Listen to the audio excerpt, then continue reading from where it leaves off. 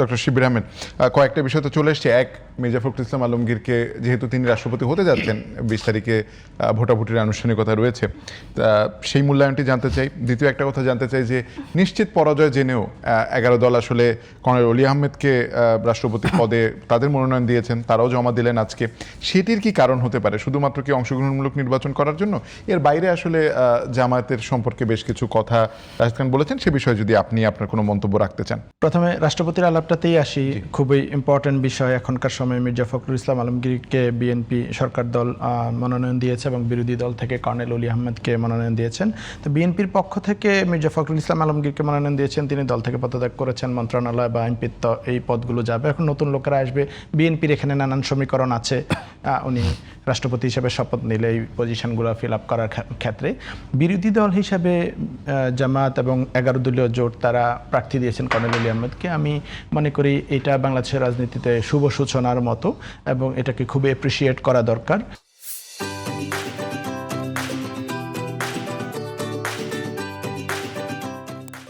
যে বিরোধী দল নির্বাচনে অংশগ্রহণ করেছেন, সর্বশেষ সেটা আমরা দেখেছিলাম 91 নির্বাচনে এরকম বিরোধী দল থেকে নির্বাচন করেছিল এবং তখনও সরকার দল থেকেই যিনি ছিলেন তিনি বিজয়ী হয়েছিলেন, আব্দুর রহমান বিশ্বাস। তো আমি এটাকে দেখি যে আমাদের যে গণতান্ত্রিক চর্চা, রাজনৈতিক চর্চা, এই জায়গার একটা নতুন সংস্কৃতি, একটা সুন্দর সংস্কৃতি। শুধুমাত্র আমি ধরে নিলাম যে বিরোধী দলের যিনি প্রার্থী হচ্ছেন তিনি পরাজিতই হবেন, তো শুধুমাত্র আমি নিশ্চিত বিজয়ী হব এটা জানলেই রাজনীতিতে বা গণতান্ত্রিক প্রক্রিয়া অংশগ্রহণ করবো, এটা কিন্তু গণতন্ত্র না। গণতান্ত্রিক সৌন্দর্য হচ্ছে যে আমি ইভেন যদি পরাজিত হব এটাও হয়, তারপর আমি গণতান্ত্রিক প্রক্রিয়ায় অংশগ্রহণ করব। এটা আমাদের রাজনীতিতে আমি মনে করি একটা ভালো সংস্কৃতি তৈরি হবে বিরোধী দল এই প্রার্থী দেওয়ার মধ্য দিয়ে। আর দ্বিতীয়ত হচ্ছে যে দেখেন, এখানে তো এই নির্বাচনটা হবে শুধু সংসদ সদস্যদের মধ্যে। এখানে 349 জন সদস্য ভোট দিবেন। একজন সদস্য যে চট্টগ্রামের যিনি ঋণ খেলাপির কারণে স্থগিত আছে তিনি ছাড়া। তো 349 জন সদস্যের মধ্যে বেশিরভাগ সদস্যই তো অলমোস্ট 250 সদস্য হচ্ছে বিএনপির পক্ষ থেকে বিএনপির। তো এখানে ধরে নেওয়াই যায় যে বিএনপির মানুষজনরাই বেশি ভোট দিবে বিএনপির প্রার্থীকে এবং তিনি বিজয়ী হবেন। এটা মোটামুটি আনুষ্ঠানিকতা ছাড়া আমরা ধরে নিতে পারি। কিন্তু যদি বিরোধী দলীয় যিনি ক্যান্ডিডেট আছেন তিনি যদি কনভিন্স করতে পারেন সরকার দলীয় সদস্যদেরকেও তার পক্ষে ভোট দেওয়ার জন্য অথবা সরকার দলীয় প্রার্থীর পক্ষে ভোট দানে বিরত থাকার জন্য, তাহলে এটা যদি হয়তো এটা একটা মিরাকল হবে। এরকম কিছু হইলেও হইতে পারে, অস্বাভাবিক না। কিন্তু একদম স্পষ্ট করে দিয়েছেন যে সিপুইপ যেটা বলেছেন, দলীয় সিপুইপ যেটা বলেছেন যে কেউ ভোট দিতে পারবে, এটা 70 অনুচ্ছেদের আমি মনে করি এটা একটা ভুল ব্যাখ্যা। কারণ 70 অনুচ্ছেদের মাধ্যমে যেটা হয় যে নিজের দলের কোনো প্রস্তাবের বিপক্ষে বা বিলের বিপক্ষে ভোট দিতে পারেন না।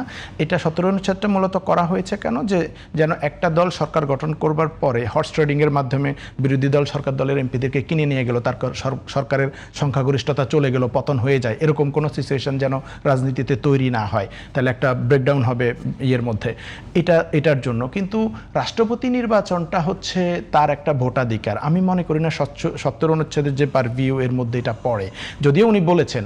এটা বলার মধ্য দিয়ে মানে উনি যে এমপিদেরকে একটা থ্রেট করলেন যে যদি দলের প্রার্থীকে ভোট না দেন আপনাদের এমপি পদ চলে যাবে, এই জিনিসটা আমি মনে করি উনি বিএনপির যিনি প্রার্থী আছেন ওনাকে আসলে অপমান করলেন। কারণ বিএনপি কি এটা মনে করে যে আমরা এরকম একজন প্রার্থী দিলাম যাকে আমাদের দলের এমপিরাও কেউ ভোট নাও দিতে পারে, এই জন্য তাদেরকে 70 অনুচ্ছেদ এবং সংসদ সদস্য পদ চলে যাবে, এই ভয় দেখিয়ে তাদের কাছ থেকে আমার ভোট নিতে হবে।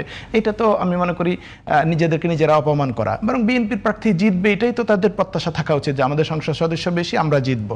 তো 70 অনুচ্ছেদের দোহাই দিয়ে থ্রেট করা এটা একটা ভুল অ্যাপ্রোচ এবং এইটা আমি মনে করি নিজেদের কনফিডেন্স কম থাকার কারণে, যে বিরোধী দলের প্রার্থী কি তাহলে আমাদের প্রার্থী থেকে এত যোগ্য যে আমাদের দলের ভোটাররাও গিয়ে ভোট দিয়ে দিতে পারে। এখানে ছোট্ট একটু প্রশ্ন করে আপনি যদি একটু বলেন, বর্তমান রাজনৈতিক বাস্তবতা আপনার কখনো মনে হয় ধরেন 70 অনুচ্ছেদ এরকম কোনো বাধা নেই, তাতেও আসলে বিএনপির যারা এমপিরা আছেন তারা কোনোভাবে 11 দলীয় জোট মনোনীত প্রার্থীকে ভোট দেবেন? 2 নাম্বার, আপনার কি মনে হয় রাজনৈতিক যোগ্যতা বা বিবেচনায় মানে আপনি কোন দিক থেকে আসলে মির্জা ফখরুলের চেয়ে অলি আহমেদকে এগিয়ে রাখতে চান? আমি সেটা বলছি না যে আমি এগিয়ে রাখছি। আমি মনে করি ওনারা দুজন প্রার্থী যার যার জায়গায় যোগ্য। না, যোগ্য থাকলে আপনি বলতে পারেন, বললাম কোন কোন জায়গায় এগিয়ে রাখতে চান। দুজনেই যোগ্য, দুজনেরই লং রাজনৈতিক ক্যারিয়ার আছে এবং এই মির্জা ফখরুল ইসলাম আলমগীরেরও যেমন একদম রুট লেভেল থেকে দলের মহাসচিব পর্যন্ত রাজনীতি করেছেন, মাল্টিপল টাইমস এমপি মন্ত্রী ছিলেন। কর্নেল অলি আহমদ জিয়াউর রহমানের হাত ধরে একই সাথে রাজনীতি করেছেন, বিএনপির প্রতিষ্ঠাতাকালীন সদস্যদের একজন তিনি, এবং তিনি মাল্টিপল টাইমস এমপি ছিলেন, মন্ত্রী ছিলেন। মুক্তিযোদ্ধা ছিলেন। তো ওনারও যেমন রাজনৈতিক কেরিয়ার আছে দীর্ঘ এবং যোগ্যতা আছে, একই সাথে মির্জা ফখরুল ইসলাম আলমগীর, দুইজনকেই সমানভাবে দেখতে চাই। এবং আমি মনে করি দুইটা জোট বা দুইটা দলই তাদের মধ্যে বেস্ট ব্যক্তিকে ক্যান্ডিডেট করেছেন। সো এখানে এই যোগ্যতার ক্ষেত্রে আমি করছি না। আমি এটা বলতে চাচ্ছিলাম আর কি, যে যেহেতু সিপুইপ 70 অনুচ্ছেদের কথা বলে তার সংসদ সদস্যদেরকে, ভোটারদেরকে থ্রেট করতেছেন, এইটা একটা খারাপ ইন্ডিকেশন যায় যে তার মানে হচ্ছে তার মধ্যে কোনো ধরনের সংশয় আছে যে আমাদের দলের ভোটাররা হয়তো ভোট নাও দিতে পারে, এটা স্মরণ করিয়ে দিতে হবে তাদেরকে। এমনিতে বাস্তবতা আপনি যদি বলেন যে হ্যাঁ কেউ দিতে পারে কিনা, এটা হয়তো গ্রস লেভেলে হবে না, কিন্তু যদি আপনি ওপেন করে দেন যে ঠিক আছে আপনারা প্রার্থী পছন্দ করে নিতে পারবেন, যে যাকে ভালো লাগে ভোট দেন। যেহেতু কর্নেল অলি আহমেদ সাহেব দীর্ঘদিন বিএনপি করেছেন এবং বিএনপিতে ওনার অনেক কলিগরা আছে যাদের সাথে উনি মন্ত্রী ছিলেন, এমপি ছিলেন, ওনার ব্যক্তিগত সম্পর্ক থাকতে পারে, তো সেখান থেকে কিছু ভোট আসতে পারে, অসুবিধা মনে করি না। আবার এমনও হইতে পারে মির্জা ফখরুল ইসলাম আলমগীর উত্তরবঙ্গের প্রতিনিধি, এমনও হইতে পারে যে বিরোধী জোটের যারা আছে এদের মধ্যে কাউকে কাউকে হয়তো আঞ্চলিকতার কারণে ওনার সাথে ভালো সম্পর্ক থাকলে হয়তো উনি অ্যাপ্রোচ করতে পারেন আমাকে ভোট দেন। হওয়াটা অস্বাভাবিক না, হওয়াটা অস্বাভাবিক না যদি না আমরা রাজনৈতিকভাবে একদম কোর যে রাজনৈতিক দলের বাইরে আমি চিন্তা করবো না এরকম চিন্তা করি। কিন্তু ভোটাধিকার প্রয়োগ এরকম হয়, হয়তো মাস লেভেলে হবে না কিন্তু কিছু না কিছু হইতে পারে। তো আমি বলছি এই জায়গায় 70 অনুচ্ছেদের দোহাই দেওয়াটা এটা একটা ভুল অ্যাপ্রোচ আমাদের রাজনীতির জন্য। যদি এটা থাকেও এটা সংশোধন করবার দরকার আছে, কারণ রাষ্ট্রপতি নির্বাচনে একজন এমপি কাকে ভোট দিবেন যদি তার এইটুকু স্বাধীনতা, ভোটাধিকারের স্বাধীনতা না থাকে, তাহলে তো এটা আসলে গণতন্ত্র না। তবে দলের বিল বা প্রস্তাবের পক্ষে বিপক্ষে ভোট দেওয়াটা এই জন্য জরুরি যে সরকারের পতন হয়ে যেতে পারে যদি অনেক এমপিরা বিক্রি হয়ে যায়, এ ধরনের চান্সেস থাকে। কিন্তু রাষ্ট্রপতিকে ভোট দেওয়ার ক্ষেত্রে আমি মনে করি এটা দরকার আছে। এটা হচ্ছে রাষ্ট্রপতিকে ভোটের ব্যাপারে আমার আলাপ। আর অনেকগুলো আলাপ তো রাশেদ ভাই নিয়ে আসছেন, সব কথা হয়তো আমি কভার করতে পারবো না, দরকারও নেই। কিছু কথা আমি এখানে, যেমন বিরোধী দল ক্যান্ডিডেট দেওয়ার ক্ষেত্রে আরেকটা জিনিস আছে, রাষ্ট্রপতিতে আরেকটা পয়েন্ট বলি যে বিরোধী দল যে ক্যান্ডিডেট দিল, যে আপনি বলছেন তো হেরে যাবেন এটা জেনে, একটা তো বললাম যে গণতান্ত্রিক ধারা সংস্কৃতি এটা, আরেকটা হচ্ছে যে তারা হয়তো দেশবাসীকে একটা সিগন্যালও দিতে চাচ্ছে যে আমরা যদি পরবর্তীতে ক্ষমতায় আসি তাহলে কোন ধরনের লোককে আমরা রাষ্ট্রের অভিভাবক হিসাবে, রাষ্ট্রপতি হিসাবে নির্বাচনে ক্যান্ডিডেট করব। এটা তাদের একটা রাজনৈতিক সক্ষমতা বা রাজনৈতিক বিচার বিবেক বুদ্ধি, এগুলোর একটা সিগন্যাল হিসেবে তারা দেশবাসীকে দিতে চাচ্ছেন। আর রাশেদ ভাই এনসিপির একজন নেতার কথা মেনশন করেছেন যে তিনি নানান অশোভন বক্তব্য দিয়েছেন, অস্বীকার করবার জো নেই, এরকম বক্তব্য উনি দিয়েছেন এবং দিচ্ছেন। আমি এরকম বক্তব্য রাজনীতিতে আশা করি না। আমি আমার জায়গা থেকে মনে করি এটা অশোভন বক্তব্য রাজনীতির সুন্দর গণতান্ত্রিক চর্চাকে ক্ষতিগ্রস্ত করে। একই সাথে আবার কারো বক্তব্যের জন্য তার উপরে হামলা করা, তার বহরের উপর হামলা করা, এটার আমি নিন্দা জানাই। এটা কোনোভাবে হতে পারে না।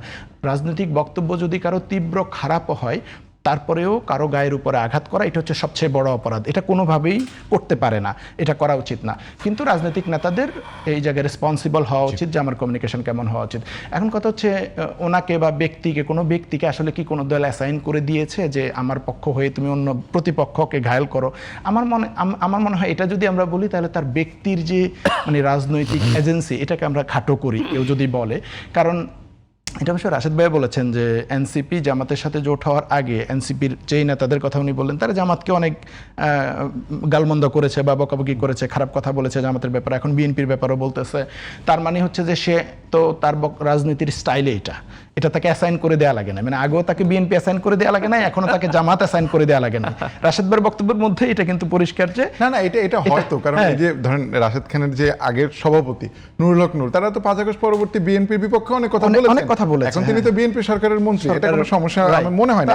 আমার মনে হয় সময় অনুধাবন পাল্টাতে পারে, তার রাজনৈতিক অক্ষ পাল্টাতে পারে, এটাই আসলে গণতন্ত্র।